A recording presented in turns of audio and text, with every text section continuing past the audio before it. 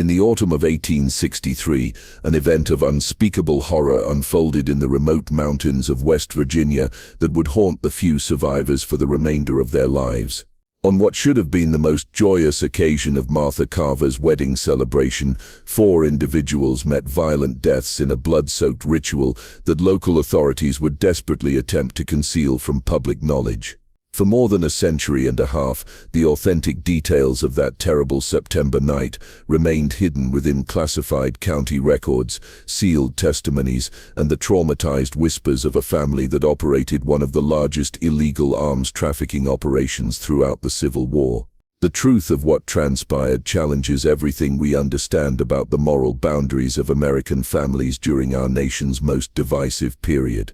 The Carver family's wedding night tradition proved to be not merely disturbing but genuinely lethal, with evidence suggesting similar rituals may have occurred across multiple states throughout the turbulent 1860s. The Carver family compound stood as an imposing fortress in the rugged terrain of what is now Pocahontas County, West Virginia. In 1863, this region still bore the fresh scars of its recent separation from Virginia and the violent divisions that had accompanied the Civil War. The mountainous landscape provided ideal concealment for the family's extensive smuggling operations. 9 siblings, Ezekiel, Jeremiah, Caleb, Silas, Abraham, Martha, Rebecca, Judith, and young Sarah, commanded a sophisticated network of hidden caves, mountain passes, and abandoned mining shafts that extended across 3 state lines. Ezekiel Carver, the eldest, had inherited not only the family's legitimate timber business, but also its darker enterprises from their father Morai, who had died under mysterious circumstances in 1859. Historical records describe Ezekiel as a man of formidable presence with piercing gray eyes and a voice that could command immediate obedience in any gathering. His brother Jeremiah, just 2 years younger, possessed a violently unpredictable temperament that had earned him a fearsome reputation even among the hardened mountain communities where people traditionally asked few questions about a man's past. The Carver sisters demonstrated themselves equally formidable in their respective roles. Martha, at 28, had already buried 2 husbands under circumstances officially recorded as mining accidents. Rebecca, 26, managed the family's legitimate timber operations with ruthless efficiency, while 24-year-old Judith supervised their extensive network of informants throughout the region. The youngest, Sarah, barely 19, possessed a sharp intelligence that her siblings frequently leveraged to their advantage in business negotiations. Their mountain compound included the main house, a substantial 3-story structure constructed from local stone surrounded by numerous outbuildings that served various purposes within their criminal enterprise. What neighbors couldn't perceive were the extensive underground chambers carved into the mountainside where weapons, ammunition, and other contraband were stored before being sold to both Union and Confederate forces. The Carvers maintained no political allegiances, dealing death to whichever side could meet their prices. The autumn of 1863 found the family at the peak of their power and prosperity. The Civil War had generated insatiable demand for weapons, and their strategic position along smuggling routes made them invaluable to military suppliers on both sides. However, with substantial profits came significant risks, compelling the Carvers to develop increasingly paranoid methods to protect their secrets and eliminate potential threats to their operation. The wedding that would permanently stain the Carver name originated as a calculated business arrangement, as most marriages did within their world. Martha Carver was to marry Colonel Bradford Sinclair, a Confederate officer whose regiment controlled crucial supply routes through the Shenandoah Valley. Sinclair, a widower in his 40s with graying temples and battle scars across his left cheek, possessed both the military connections and moral flexibility that made him valuable to the Carver enterprise. Their courtship had been brief and purely transactional. Sinclair required reliable weapon suppliers for his increasingly desperate regiment, while the Carvers sought military protection and insider information regarding Union troop movements. The marriage would solidify their partnership and provide cover for their expanded operations throughout Virginia and the newly formed state of West Virginia. Colonel Sinclair was not the only outsider invited to witness the Carver wedding ceremony. The family had extended invitations to several other individuals whose presence that night would prove fatal. Among them was Thomas Hartwell, a federal arms inspector who had been secretly accepting bribes from the Carvers in exchange for overlooking illegal weapons shipments. Hartwell, a nervous man with thinning hair and constantly trembling hands, believed he was attending merely as a family friend, unaware that his usefulness to the Carvers had recently expired. Also present was Dr. Marcus Finch, the family's personal physician and longtime keeper of their medical secrets. Finch had attended to numerous hunting accidents and riding mishaps that had befallen those who crossed the Carver family over the years. His medical bag contained not only traditional healing supplies but also various poisons, sedatives, and other substances that the family found useful in their line of work. The ceremony took place on September 23, 1863 in the main hall of the Carver compound. Local records indicate that Reverend Nathan Prescott, a mountain preacher known for his flexible interpretation of Christian doctrine, officiated the service. Approximately 30 guests attended, though most were either family members, employees of Carver Enterprises, or individuals who owed the family various debts and favors. Martha wore her grandmother's wedding dress, a cream-colored silk gown that had been carefully preserved despite its age. Colonel Sinclair appeared in his dress uniform, his sword gleaming at his side and his medals catching the light from the oil lamps illuminating the ceremony. To outside observers it resembled any other mountain wedding, albeit one involving families of considerable wealth and influence. What the guests didn't realize was that the Carvers had planned far more than a simple wedding celebration for that evening. As the evening progressed and most guests departed, the true nature of the Carver family tradition began to reveal itself. The 9 siblings had maintained a secret ritual for over a decade, one they claimed bound them together in unbreakable loyalty and shared purpose. This ritual, which they called the Sacred Covenant, was performed on significant family occasions, births, deaths, and most importantly, marriages. The remaining guests, Colonel Sinclair, Thomas Hartwell, Dr. Finch, and a handful of trusted family associates were invited to participate in what Ezekiel described as an ancient mountain ceremony that would welcome the new family member and ensure his complete dedication to the Carver cause. The ritual was presented as a harmless folk tradition, something quaint and rustic that sophisticated outsiders might find amusing. In reality, the Sacred Covenant involved consuming a powerful mixture that Dr. Finch prepared according to a recipe passed down through the family for generations. The concoction combined several ingredients: laudanum, a tincture of opium commonly used for pain relief, extracts from local mushrooms known to produce hallucinations, and various herbs that intensified the psychological effects. The Carvers called this mixture mountain wine, claiming it promoted spiritual bonding and revealed hidden truths about those who consumed it. The ritual occurred in the family's private chamber beneath the main house, a stone-walled room illuminated by dozens of candles and decorated with symbols carved into the rock walls. These symbols, which local historians would later struggle to identify, appeared to be a mixture of Celtic, Germanic, and Native American influences, reflecting the diverse heritage of the mountain families who had settled the region over the previous century. As midnight approached, the participants gathered in a circle around a large wooden table carved with intricate designs. Each person received a silver cup containing the mountain wine, and Ezekiel began reciting what he claimed were ancient family vows of loyalty and secrecy. The words were spoken in a mixture of English and what sounded like German dialect, though subsequent investigation would suggest that much of the ceremony had been invented by the Carvers themselves. The effects of the drug mixture began to take hold within minutes.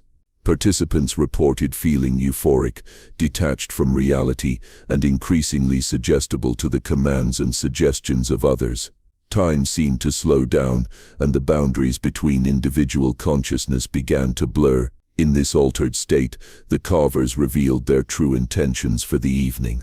Under the influence of their potent drug mixture, the Sacred Covenant ritual transformed from a seemingly harmless ceremony into something far more sinister. The Carvers used this altered state to extract confessions, test loyalties, and ensure complete submission from both family members and outsiders. What happened next in that underground chamber would haunt the survivors for the remainder of their lives. Ezekiel Carver began by demanding that each participant confess their deepest secrets and hidden betrayals.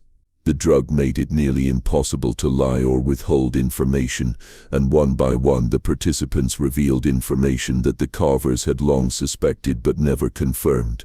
Thomas Hartwell, the federal arms inspector, admitted under the influence that he had been providing information about Carver operations to Union intelligence officers in exchange for immunity from prosecution. Colonel Sinclair, Martha's new husband, revealed that his regiment had been ordered to investigate and potentially arrest the entire Carver family as enemy collaborators. His marriage to Martha was meant to gather evidence from the inside while maintaining his cover. Dr. Finch confessed that he had been documenting the family's crimes in a secret journal, planning to use the information as insurance against potential prosecution. Perhaps most shocking were the admissions from within the family itself. Under the drug's influence, several Carver siblings revealed long-held resentments, secret deals with competitors, and plans to betray one another for personal gain. The sacred covenant, which was supposed to strengthen family bonds, instead exposed the deep fractures and mutual distrust that existed among the 9 siblings. As these revelations emerged, the atmosphere in the underground chamber grew increasingly tense and paranoid. The drug amplified emotions and removed normal social inhibitions, creating a volatile mixture of rage, fear, and violent impulses. Jeremiah Carver, always the most unstable of the siblings, became fixated on the idea that they were surrounded by traitors and spies who needed to be eliminated immediately. The candle-lit chamber, which had seemed mystical and ancient at the beginning of the ritual, now felt like a tomb. The carved symbols on the walls appeared to dance and shift in the flickering light, and the participants' drug-altered perceptions made every shadow seem threatening. The mountain wine had created a shared delusion of paranoia and violence that would soon explode into bloodshed. Ezekiel tried to maintain control over the deteriorating situation, but even he underestimated how powerfully the drug would affect both his siblings and their guests.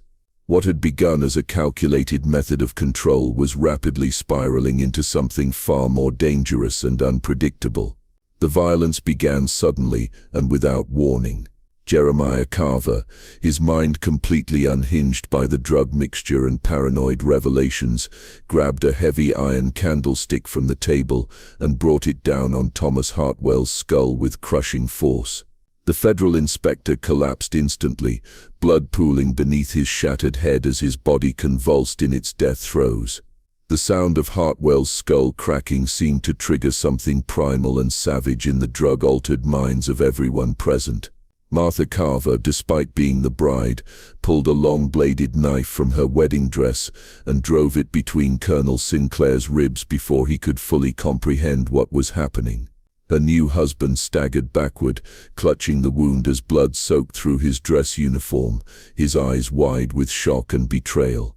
Dr. Finch tried to flee toward the chamber's entrance, but Caleb and Abraham Carver caught him before he could escape. In their drug-fueled paranoia, they believed he was rushing to alert authorities about the ritual. Caleb wrapped his massive hands around the doctor's throat while Abraham struck him repeatedly with a brass oil lamp until the physician's struggles ceased. Colonel Sinclair, mortally wounded but still alive, managed to draw his sword in a desperate attempt at self-defense. The blade caught Judith Carver across her arm as she lunged toward him, opening a deep gash that sprayed blood across the stone walls. Her scream of pain and rage seemed to energize the other siblings, who converged on the dying Confederate officer like wolves attacking wounded prey. The underground chamber became a scene of indescribable carnage. Blood splattered the ancient symbols carved into the walls, and the scent of death mixed with the smoke from dozens of still-burning candles. The drug continued to pulse through their systems, making the violence feel both intensely real and surreal, like a waking nightmare that none of them could escape. Ezekiel Carver, the family patriarch who had orchestrated this entire evening, found himself losing control of both his siblings and his own actions. The mountain wine that was supposed to ensure family loyalty had instead unleashed their darkest impulses. As he watched his carefully planned ritual dissolve into mass murder, he realized that some forces once released could never be contained again. The massacre continued until 4 people lay dead on the cold stone floor, their blood mixing in dark pools that reflected the dancing candlelight. But the night's horrors were far from over, and the surviving Carvers would soon discover that covering up multiple murders during wartime required even more desperate measures. Dawn broke over the West Virginia mountains to reveal a scene that would challenge even the Carver family's considerable experience with violence and deception.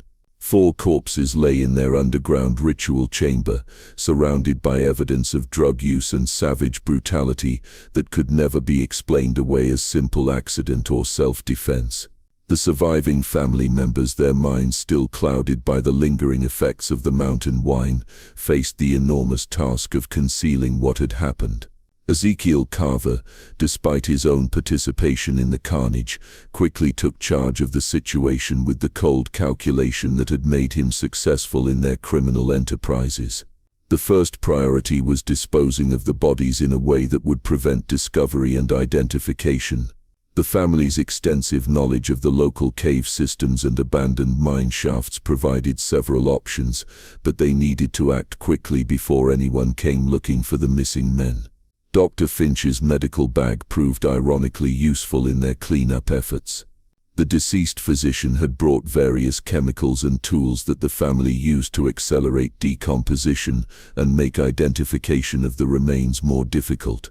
They also had access to quicklime from their legitimate limestone quarrying operations, which could dissolve organic matter and destroy evidence of their crimes. Colonel Sinclair's military status presented the greatest challenge. His absence would quickly be noticed by his regiment, and military investigators tended to be more thorough and persistent than local civilian authorities. The Carvers decided to stage evidence suggesting that Sinclair had deserted his post to join his new wife in fleeing to Mexico, a plausible scenario given the increasing number of Confederate officers who were abandoning the failing war effort.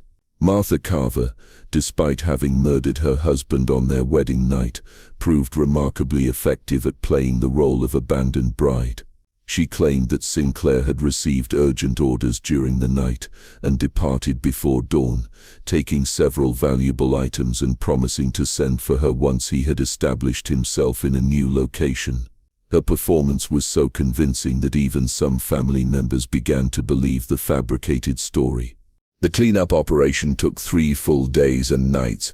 The underground chamber was scrubbed clean and the walls repainted to cover any blood stains that couldn't be removed. The ritual table was broken apart and burned, while the carved symbols on the walls were chiseled away and replaced with innocuous decorative patterns. Even the silver cups used in the ceremony were melted down and reformed to eliminate any trace of their original purpose.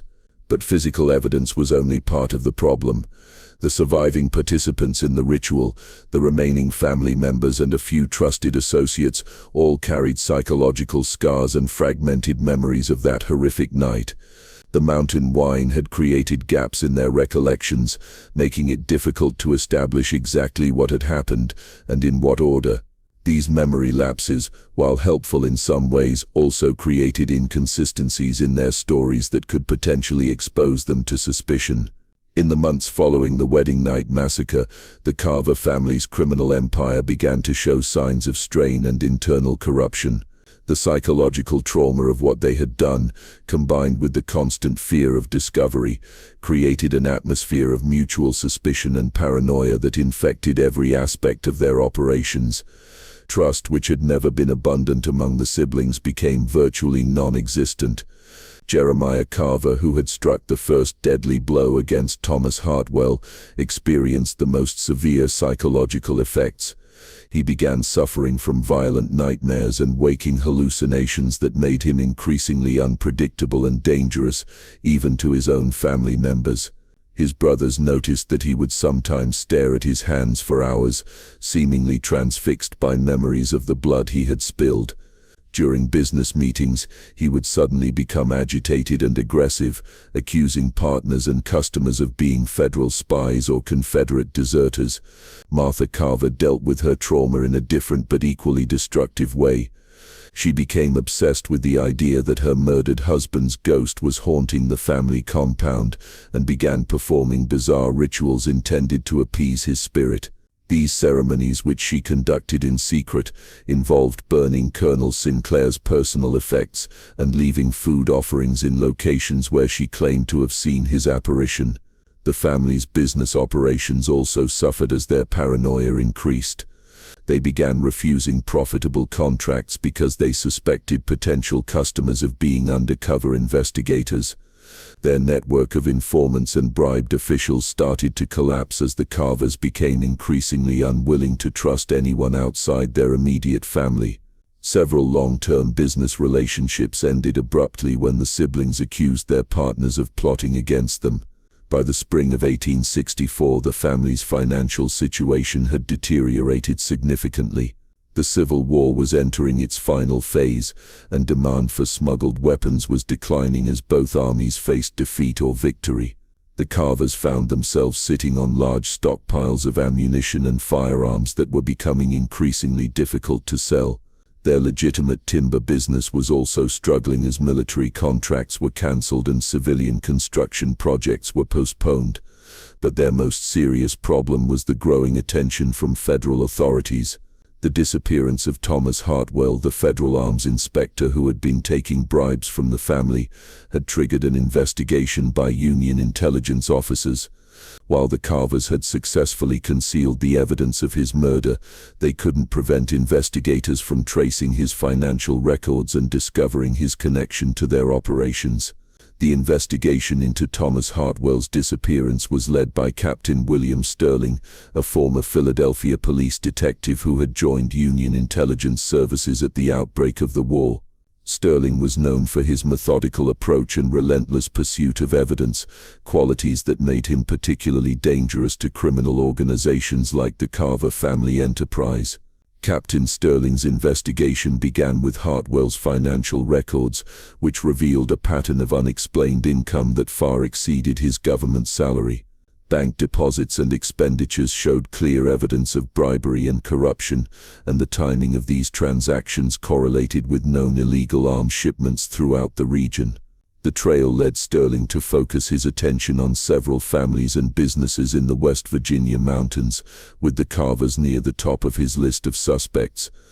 The captain's arrival in Pocahontas County in June 1864 sent waves of panic through the Carver compound. His official credentials gave him authority to question witnesses, examine financial records, and search properties suspected of harboring contraband.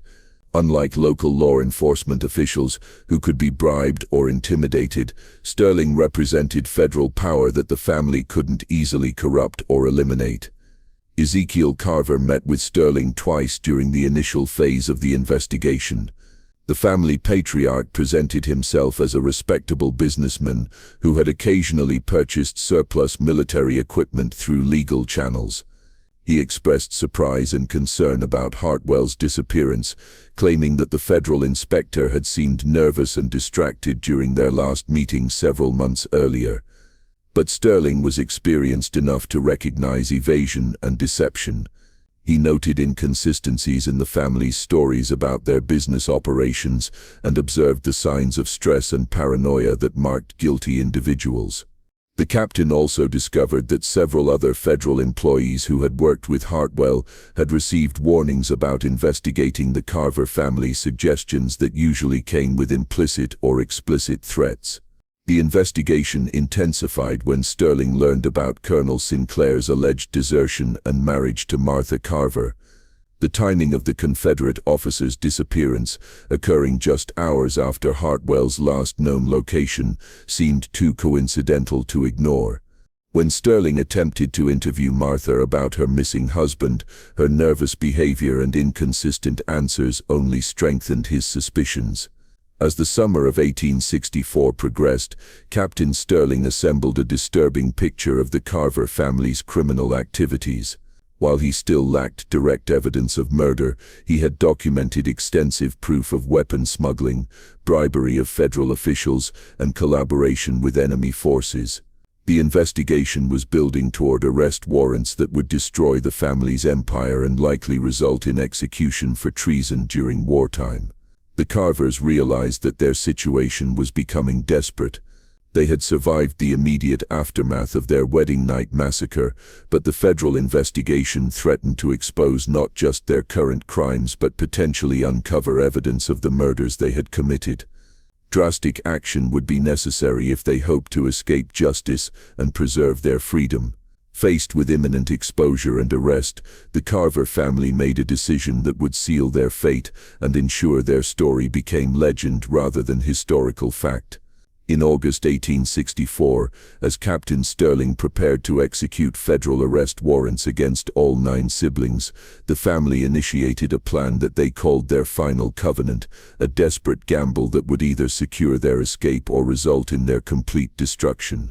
The plan centered around a massive explosion that would destroy all evidence of their crimes while creating the appearance that they had died in an accidental detonation of their ammunition stockpiles. The family had access to large quantities of black powder and other explosives through their smuggling operations, and they possessed detailed knowledge of their underground storage facilities that could make such an explosion seem plausible. But the Carvers didn't intend to actually die in the explosion. Instead, they planned to use the blast as cover for their escape to Mexico, where several Confederate officers and Southern sympathizers had already fled to avoid prosecution. They had been secretly transferring money and valuable items to hidden locations throughout the summer, preparing for the possibility that they might need to abandon their mountain empire entirely. The preparation for their final gambit revealed the full extent of the psychological damage that the wedding night massacre had inflicted on the family. Jeremiah Carver insisted on returning to the underground ritual chamber one last time, claiming that he needed to complete the covenant with the spirits of their victims. His siblings tried to dissuade him, but his violent tendencies made them afraid to oppose him directly. On the night of August 15, 1864, Jeremiah disappeared into the caves beneath the family compound. When he failed to return by morning, his brothers went searching for him and made a discovery that horrified even their hardened sensibilities. Jeremiah had apparently suffered a complete mental breakdown and had used his knife to carve the names of their murder victims into his own chest and arms. He was found dead in the ritual chamber, surrounded by candles and the remnants of their mountain wine mixture. The discovery of Jeremiah's body forced the family to accelerate their escape plan. They could no longer afford to wait for the perfect moment or ensure that every detail was properly arranged. Captain Sterling's investigation was closing in, and they had lost one of their most dangerous but also most committed family members. The explosion that would cover their tracks needed to happen immediately before federal agents could search the underground chambers and potentially discover evidence of their crimes. Ezekiel, Martha, and the remaining siblings gathered for what they believed would be their final night in the mountains that had been their home for generations. But as they prepared to detonate the explosives that would erase their past, they discovered that some secrets are too terrible to bury and some sins too great to escape. On the night of August 16, 1864, residents throughout the Pocahontas County region were awakened by an explosion so powerful that it shattered windows over 5 miles away and was heard as far as Virginia. The Carver family compound, along with most of their underground storage facilities, was completely destroyed in a blast that sent flames shooting hundreds of feet into the air and left a crater where their main house had once stood. Captain Sterling and his team of federal investigators rushed to the scene at first light, expecting to find the smoldering ruins of a successful criminal enterprise and possibly the bodies of their primary suspects. What they discovered instead was evidence of a tragedy far more complex and disturbing than they had anticipated. The explosion had indeed destroyed most of the physical evidence that could have proven the family's crimes, but it had also exposed sections of the underground chambers that had previously been hidden. In these exposed areas, Sterling's team found human bones that appeared to have been buried long before the explosion occurred. The remains showed signs of violence, cracked skulls, broken ribs, and knife marks that suggested these individuals had died brutally and been hastily concealed. Most shocking of all was the discovery of Jeremiah Carver's body in what appeared to be a ritual chamber deep beneath the original house. The elaborate carvings on his body, combined with the occult symbols still visible on the chamber walls, suggested that the family had been involved in practices far more sinister than simple arms smuggling and bribery. Sterling realized that he was looking at evidence of systematic murder and possibly cannibalistic rituals that had been conducted over many years. But despite these disturbing discoveries, no bodies of the other Carver siblings were found in the ruins. The explosion pattern and distribution of debris suggested that the blast had been carefully planned and executed by someone with extensive knowledge of explosives and structural engineering. Sterling began to suspect that the family had faked their own deaths and successfully escaped, leaving behind only their most unstable member and a selection of their victims' remains. The investigation continued for several months, but without living suspects to arrest or clear evidence linking the discovered remains to specific crimes, the case eventually stalled. The federal government was more concerned with winning the war and rebuilding the nation than pursuing a family of criminals who appeared to be dead. The official report classified the explosion as an accidental detonation of illegally stored ammunition, with the Carver family listed as casualties rather than suspects. Local residents, however, refused to accept the official explanation. Stories began circulating about strange lights seen in the mountains, unexplained sounds echoing from the ruins, and travelers who reported being watched by unseen observers along the old smuggling routes. The Carver name became synonymous with evil and corruption, a cautionary tale told to children about the consequences of greed and moral compromise. What Captain Sterling and his investigators never discovered was that 5 of the 9 Carver siblings had indeed survived the explosion and successfully escaped to Mexico as planned. Martha, Rebecca, Judith, Sarah, and Abraham had reached the border within days of the blast and established new identities, using forged papers and hidden assets they had accumulated over the years. But their escape from justice did not mean escape from the psychological trauma of their crimes. The surviving siblings found it impossible to trust one another, and their partnership quickly dissolved into suspicion and betrayal. Within 2 years of reaching Mexico, Sarah Carver had been found dead in her hotel room, apparently poisoned by an unknown assailant. Rebecca disappeared while traveling to California and was never seen again. Martha Carver, perhaps driven by guilt over murdering her husband, became increasingly religious and spent her final years in a Mexican convent, claiming to seek redemption for unnamed sins. She died in 1889, reportedly still suffering from nightmares about her wedding night. Judith managed to establish a successful business in Texas under an assumed name, but she never married or had children, and neighbors reported that she would sometimes scream in her sleep about blood and candles. Only Abraham Carver seemed to successfully adapt to his new life. He moved to Arizona Territory and became a prosperous rancher, eventually serving as a territorial legislator and respected community leader. But even Abraham carried the weight of his family's crimes. In his private papers discovered after his death in 1904, he wrote extensively about his guilt and his belief that the Carver family had been cursed by the innocent blood they had spilled.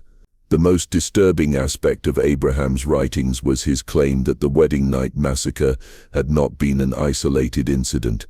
According to his journal, the family had performed their sacred covenant ritual multiple times over the years, and it had always resulted in violence and death.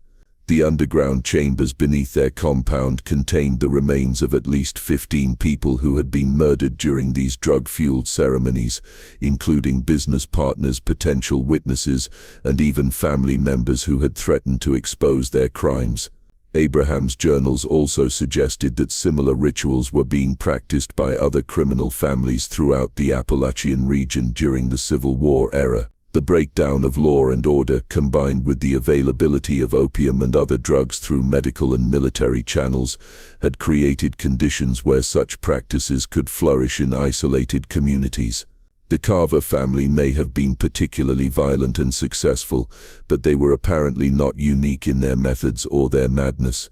The story of the Carver family might have remained buried in forgotten archives and sealed government files, but in 1923, a coal mining operation in Pocahontas County made a discovery that brought their crimes back to public attention. Workers excavating a new mine shaft uncovered a section of the old Carver underground chambers that had somehow survived both the 1864 explosion and nearly 60 years of natural decay. Inside this preserved chamber, investigators found a collection of items that provided chilling confirmation of Abraham Carver's written confessions. Human bones bearing clear signs of violence were scattered throughout the room, along with the remnants of ritual implements, drug preparation equipment, and carved symbols that matched descriptions from the federal investigation. Most significantly, they discovered a metal lockbox containing detailed records of the family's criminal activities, including a list of victims and dates that corresponded to their sacred covenant ceremonies. The discovery attracted national attention and prompted a renewed investigation by state authorities. Newspaper headlines across the country proclaimed the find as evidence of America's most evil family and the mountain devils of West Virginia. The story captured public imagination during the Roaring Twenties, a time when Americans were fascinated by tales of crime and moral corruption from their nation's past. But perhaps the most disturbing aspect of the 1923 discovery was the evidence it provided about the scope of the Carver family's influence.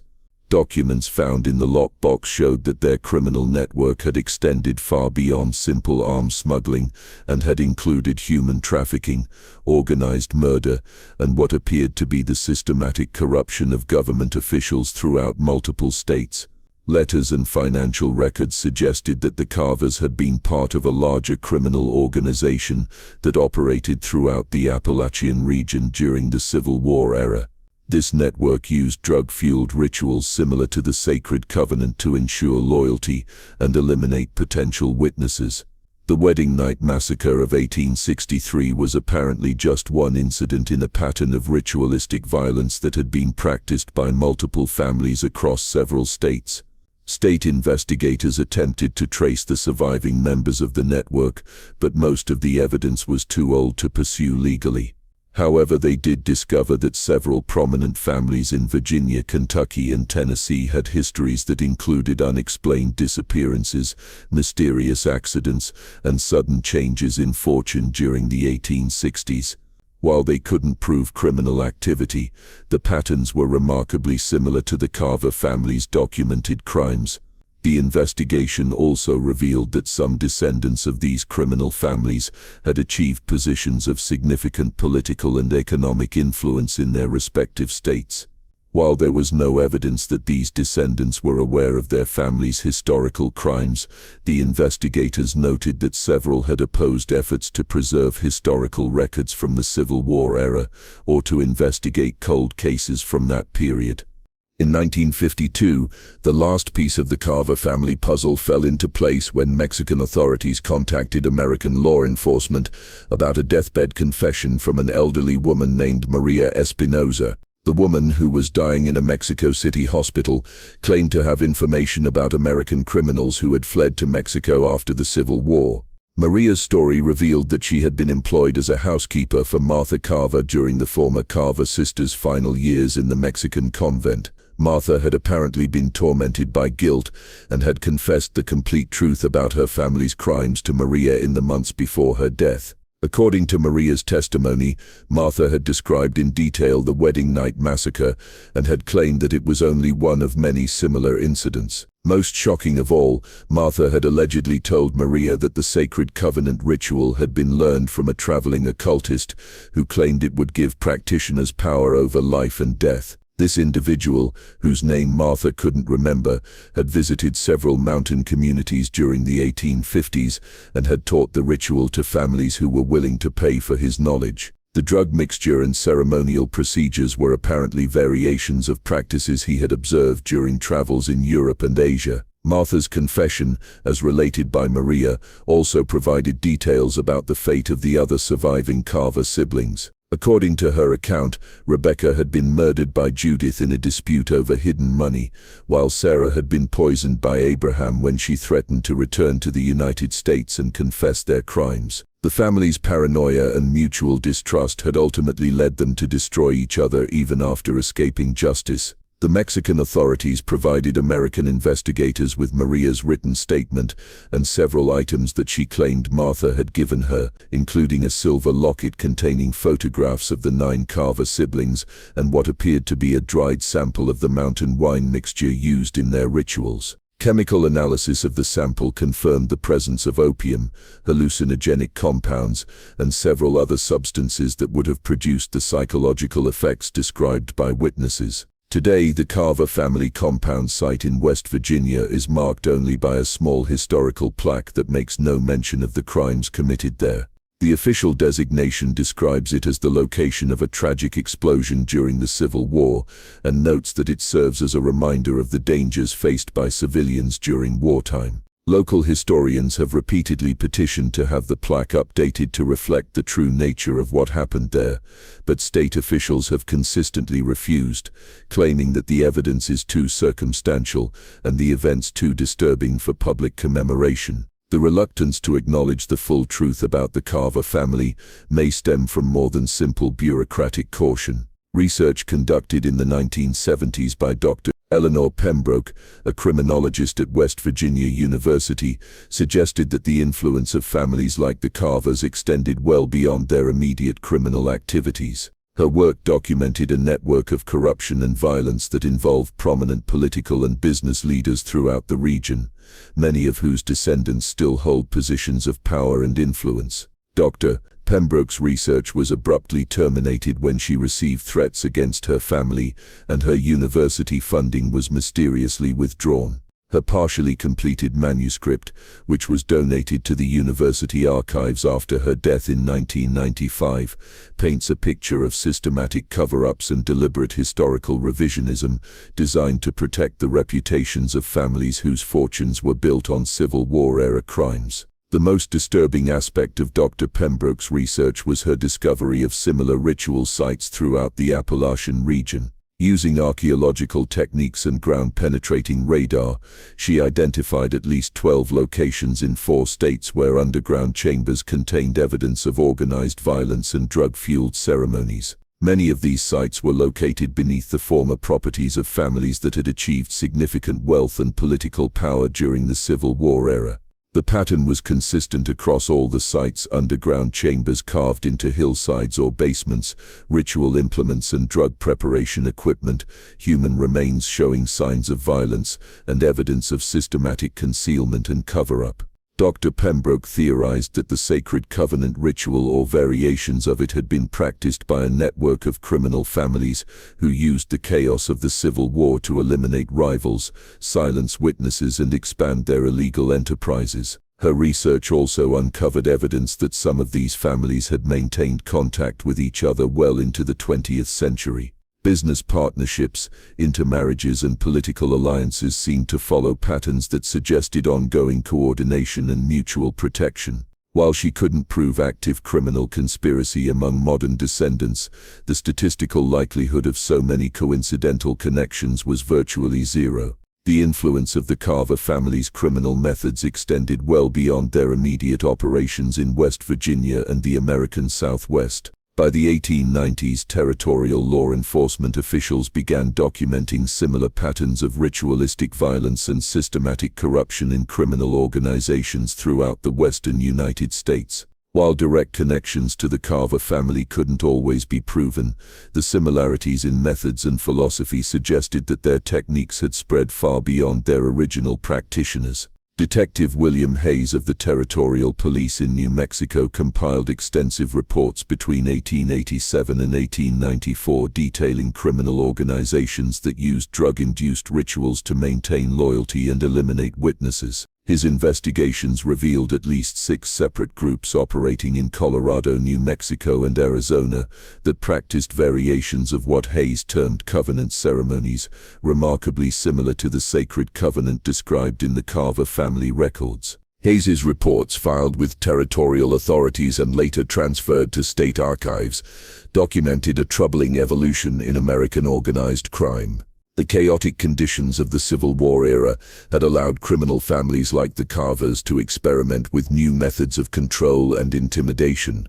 As the frontier expanded westward, these methods spread with the migrants and criminals who carried them into new territories. The detective's most detailed case study involved the Brennan family of Colorado, who controlled silver mining operations through a combination of legitimate business practices and systematic murder. According to Hayes's investigation, the family had learned their methods from a mysterious individual who claimed to have worked with mountain families during the Civil War. The Brennan ceremonies involved drug mixtures nearly identical to those used by the Carvers, and their victims showed similar patterns of ritualistic violence. Hayes's investigation came to an abrupt end in 1895, when he was found dead in his hotel room in Santa Fe, apparently having consumed a fatal dose of laudanum. The official investigation ruled his death a suicide, noting that he had been under considerable stress due to his dangerous work and family financial problems. However, colleagues noted that Hayes had seemed optimistic about his cases in their last conversations and had made plans for future investigations that suggested no intention of self-harm. The detective's files were confiscated by territorial authorities and classified as part of ongoing criminal investigations. When New Mexico achieved statehood in 1912, many of these files were reportedly destroyed in a clerical reorganization, though some historians suspect they were deliberately eliminated to protect individuals and families who had achieved prominent positions in the new state government. As we near the end of this dark chapter in American history, several crucial questions remain unanswered and perhaps unanswerable, given the systematic suppression of evidence over the past century and a half. The most fundamental question is whether the Carver family was an isolated case of Civil War-era criminality or part of a larger network that may have evolved into something resembling organized crime in the modern sense. The evidence suggests that families like the Carvers were more common than historians have generally acknowledged. The chaos and breakdown of legal authority during the Civil War created opportunities for criminal enterprises that might not have been possible during peacetime. The availability of weapons, drugs, and desperate people created perfect conditions for the kind of exploitation and violence that the Carvers specialized in. But what makes the Carver story particularly disturbing is the evidence that their methods and philosophy may have been passed down to subsequent generations. The ritual aspects of their crimes, combined with the systematic elimination of witnesses and the cultivation of corrupt officials, represent a level of criminal sophistication that was remarkable for its time and terrifying in its implications. If families like the Carvers did indeed form networks of mutual support and protection, and if those networks survived into the modern era, then many aspects of American political and economic history would need to be re-examined. The fortunes that were built during the Civil War era, the political dynasties that emerged from that period, and the patterns of power and influence that continue to shape American society today might all have darker origins than we have been taught to believe. The systematic suppression of this history suggests that someone believes these questions are worth killing to keep unanswered. The deaths and intimidation of researchers, the disappearance of evidence, and the official denials all point to ongoing efforts to protect secrets that are now more than 150 years old. Such persistence in covering up historical crimes implies that the implications of those crimes are not merely historical. In 1889, 25 years after the explosion that destroyed the Carver compound, a dying man arrived at a Catholic mission in El Paso, Texas, carrying with him the final piece of the family's dark puzzle. Father Miguel Rodriguez, the mission priest, recorded the man's deathbed confession in his personal journal, which was discovered decades later in the mission archives. The dying man identified himself as Thomas Hartwell, Jr., son of the federal arms inspector who had been murdered during the wedding night massacre. According to his confession, he had spent most of his adult life tracking down the surviving Carver siblings and documenting their continued crimes throughout the American Southwest. His investigation had revealed that Abraham Carver's reputation as a reformed family member was entirely false. Instead of abandoning the family's criminal traditions, Abraham had established an even more sophisticated operation in Arizona territory. Using the lessons learned from his family's Civil War experiences, he had created a network of associates who practiced variations of the sacred covenant ritual to maintain loyalty and eliminate threats. The ritual had evolved from its original form but retained the same core elements: drug-induced altered states, ritualistic violence, and systematic murder of potential witnesses. Young Hartwell's confession provided detailed accounts of at least 8 separate incidents between 1867 and 1885 where Abraham Carver's organization had used ritual murder to expand their criminal enterprises. The victims included rival businessmen, territorial officials who couldn't be bribed, and even members of Abraham's own organization who had shown signs of disloyalty or weakness. Each murder was carefully staged to appear accidental or to implicate innocent parties. Most disturbing of all, Hartwell claimed that Abraham had taught the sacred covenant ritual to criminal families throughout the territories, creating a network of like-minded organizations that protected each other and shared information about potential threats. The Wedding Night Massacre of 1863 had not been the end of the Carver family's influence, but the beginning of something far more widespread and dangerous. Father Rodriguez's journal recorded that Hartwell died peacefully after making his confession, apparently relieved to finally share the burden of knowledge that had consumed his life. The priest noted that Hartwell carried with him a leather satchel containing documents, photographs, and what appeared to be samples of the drug mixture used in the Carver rituals. However, the journal indicates that these materials were destroyed in a mission fire just days after Hartwell's death. Whether the fire was accidental or deliberately set to prevent the evidence from being discovered remained unclear, but Father Rodriguez noted in his final entry about the incident that he had observed strange men asking questions about Hartwell in the days before the blaze occurred. The story of the Carver family and their disturbing wedding night tradition remains buried in the archives of history, a dark chapter that few historians dare to examine closely. The last confirmed sighting of any surviving Carver family member occurred in 1891 when a woman matching Martha Carver's description was reportedly seen entering a convent in Guadalajara, Mexico, carrying only a small bag and refusing to speak her real name. By 1895, all traces of the surviving Carver siblings had vanished from historical records. Abraham Carver's legitimate business interests in Arizona were quietly sold to anonymous buyers, while his illegitimate enterprises seemed to simply disappear without explanation. The territorial authorities who had once been in his pocket either died in apparent accidents or left the region suddenly, taking their secrets with them. The Wedding Night Massacre in the West Virginia mountains had claimed 4 immediate victims, but its true death toll may never be known.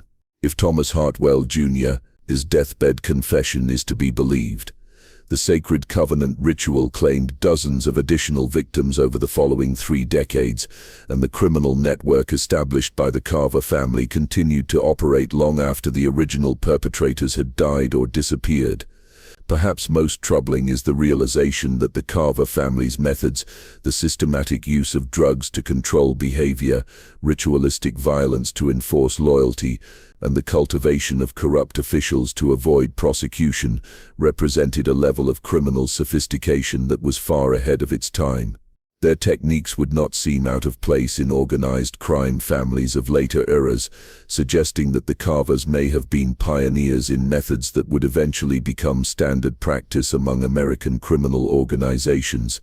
The underground chambers beneath their West Virginia compound were sealed permanently after the 1923 archaeological investigation, but the ideas and techniques developed there may have found new applications in countless other locations throughout the expanding American frontier. The sacred covenant ritual, with its combination of psychological manipulation and deadly violence, proved to be a remarkably effective method for maintaining criminal organizations and eliminating threats. Local residents in the areas where the Carver family operated have passed down stories and warnings through generations, creating a folklore of evil that serves as both entertainment and cautionary tale. Children in West Virginia, Arizona, and parts of Texas still learn songs and rhymes that reference the Carver curse and the wedding night that never ends. Though most no longer understand the historical origins of these cultural traditions, the physical evidence of the Carver family's crimes has been destroyed, scattered, or deliberately hidden. But their legacy persists in the form of techniques, traditions, and networks that they established during their years of operation. The Wedding Night Massacre of 1863 was both the climax and the beginning of a story that continued to unfold for decades afterward, touching the lives of countless individuals who never knew they were connected to that original night of horror. As the 19th century drew to a close, the Carver name faded from public memory, becoming just another forgotten footnote in the complex and often violent history of the American Civil War era. But for those who knew where to look and what questions to ask, the influence of that terrible family could still be traced in the patterns of corruption, violence, and ritualistic behavior that characterized certain criminal organizations throughout the American West and Southwest.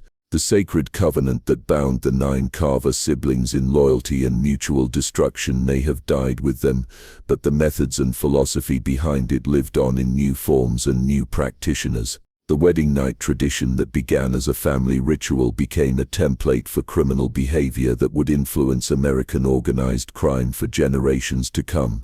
This mystery shows us how easily evil can hide behind respectability and how effectively the powerful can corrupt entire communities to protect their secrets. The Carver family story reminds us that some of American history's darkest chapters remain unwritten, buried beneath layers of deliberate forgetting and institutional silence. The dead may be silent, but their stories refuse to stay buried forever, emerging through archaeological discoveries, deathbed confessions, and the persistent work of researchers who dare to ask uncomfortable questions about our nation's past. As we continue to uncover these hidden histories, we gain not only a more complete understanding of where we have been as a nation, but also valuable insights into the darkness that can take root when law and order break down and human greed is given free rein. The Carver family's story serves as a permanent warning about the dangers of unchecked power, the corrupting influence of secrecy, and the terrible price of sacrificing morality for profit and protection.